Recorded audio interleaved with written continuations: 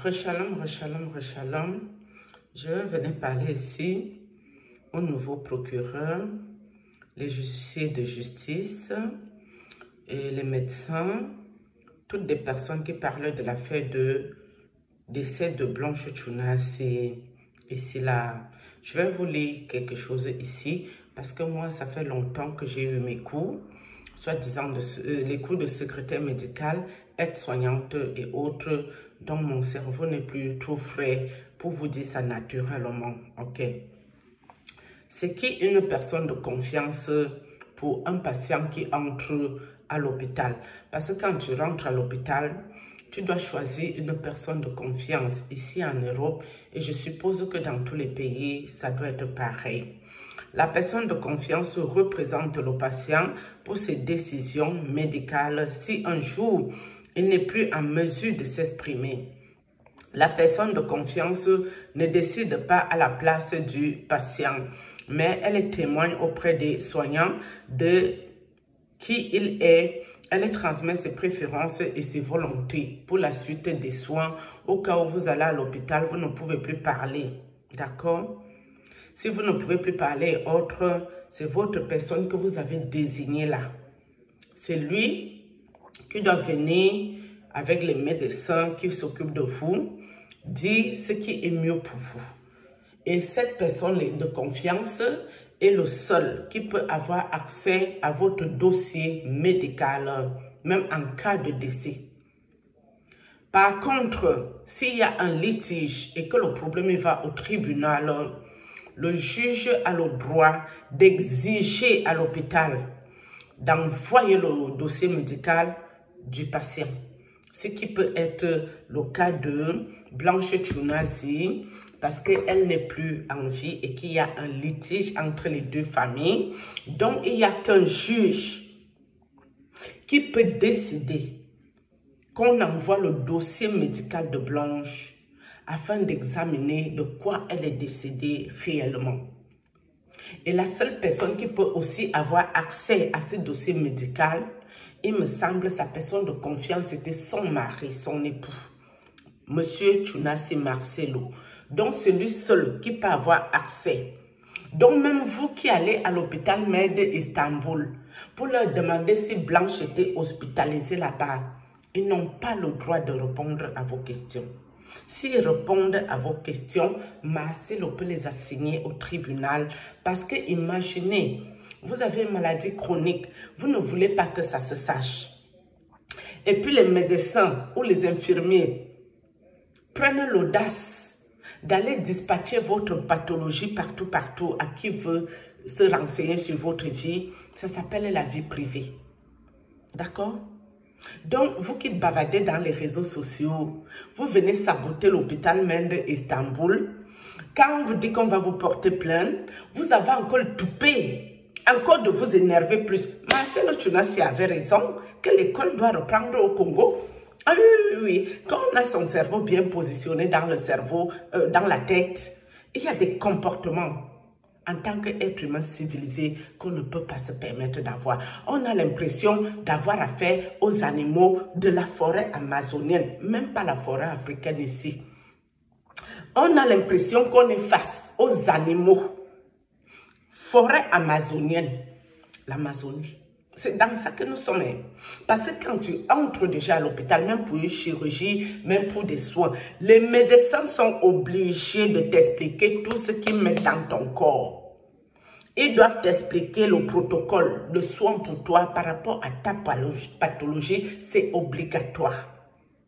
Et c'est toi qui vois si tu acceptes ou non de recevoir ces soins. Tu es aussi libre de dire non, je n'en veux pas.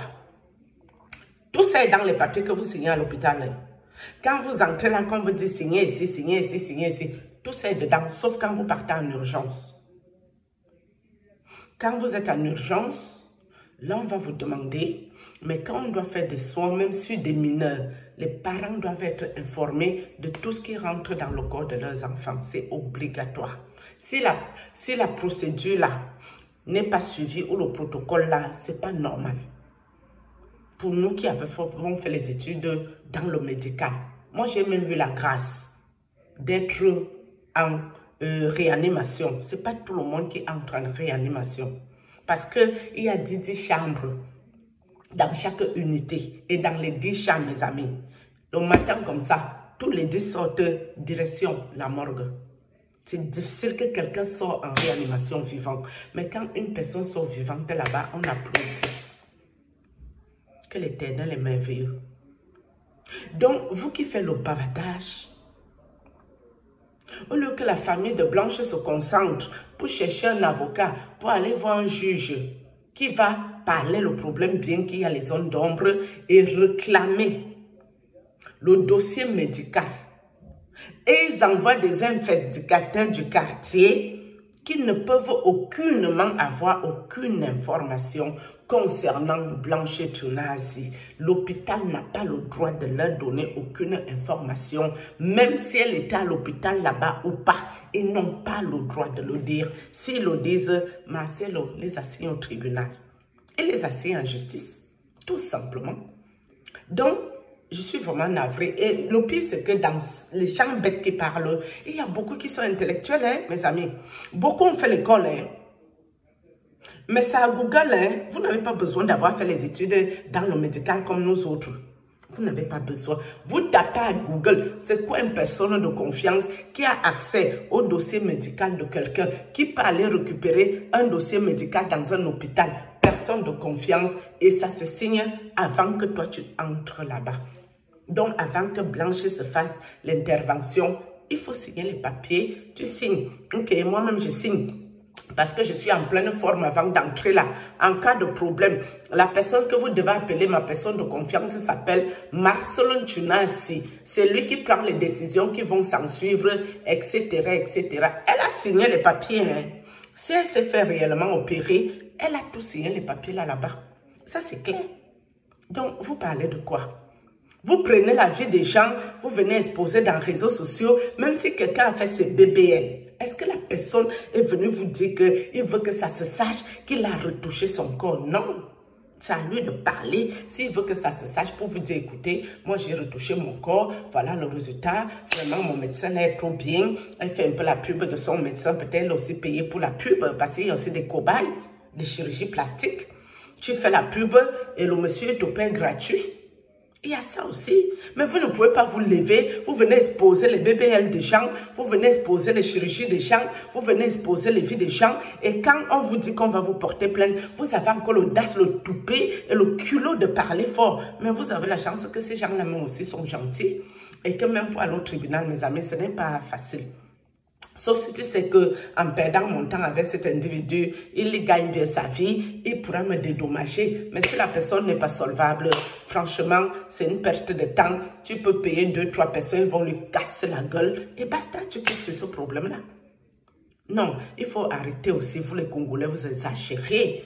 Et quand Marcelo vous dit que le port du cerveau obligatoire, les écoles doivent réouvrir au Congo parce qu'il ne comprend pas vos réflexions, vous trouvez encore qu'il vous a insulté. Mes amis, vous exagérez quand même. Moi, je vous ai dit que ce monsieur m'a attaqué. Quand je parle ici que c'est un faux type sorcier occulte, je sais de quoi je parle. Même s'il m'a signé au tribunal, je vais pouvoir me défendre. Je n'ai même pas besoin d'avocat. Je n'ai pas besoin. Vous ne pouvez pas quand même allumer vos caméras bêtement et venez parler n'importe quoi. Et Nela NG a dit que les pasteurs veulent vous maudire parce que les gens viennent s'occuper de leurs affaires pour les insulter, machin. Nela a dit que vous ne pouvez pas les maudire. Non, Nela, ma soeur, Nela NG. Réseaux sociaux buzz, ce que tu dis est faux, ma soeur. C'est très faux, fake news. Les gens spirituels vont comprendre ce que je vais vous dire ici. Dans la vie, on dit malédiction sans cause et sans effet est nul. Malédiction sans cause.